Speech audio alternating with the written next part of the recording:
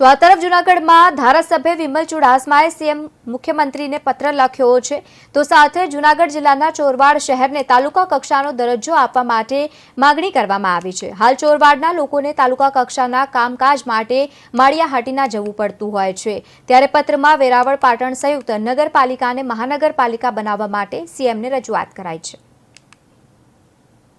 મેં એક પત્ર ગુજરાત રાજ્યના મુખ્યમંત્રી શ્રી ભૂપેન્દ્રભાઈ પટેલને લખેલો છે। એ પત્રમાં અમારી વર્ષો જૂની માંગણી છે કે જૂનાગઢ જિલ્લાનું માળિયાહાટીના તાલુકો આવેલો છે, એમાં એકમાત્ર નગરપાલિકા છે એ ચોરવાડ નગરપાલિકા છે।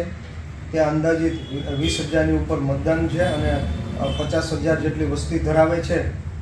અને અહીંયા અમારી બહુ જૂની માંગણી છે, જ્યારની રાજપા સરકાર હતી ને શંકરસિંહ વાઘેલા મુખ્યમંત્રી હતા ત્યારની અમારી માંગણી હતી કે અમને અલગ તાલુકો આપવામાં આવે, કારણ કે અલગ તાલુકો આપવામાં આવે તો શહેર આવેલું છે અને આજુબાજુમાં 40થી 45 ગામો આવેલા છે, તેને 15 કિલોમીટર દૂર માળિયા જવું પડે।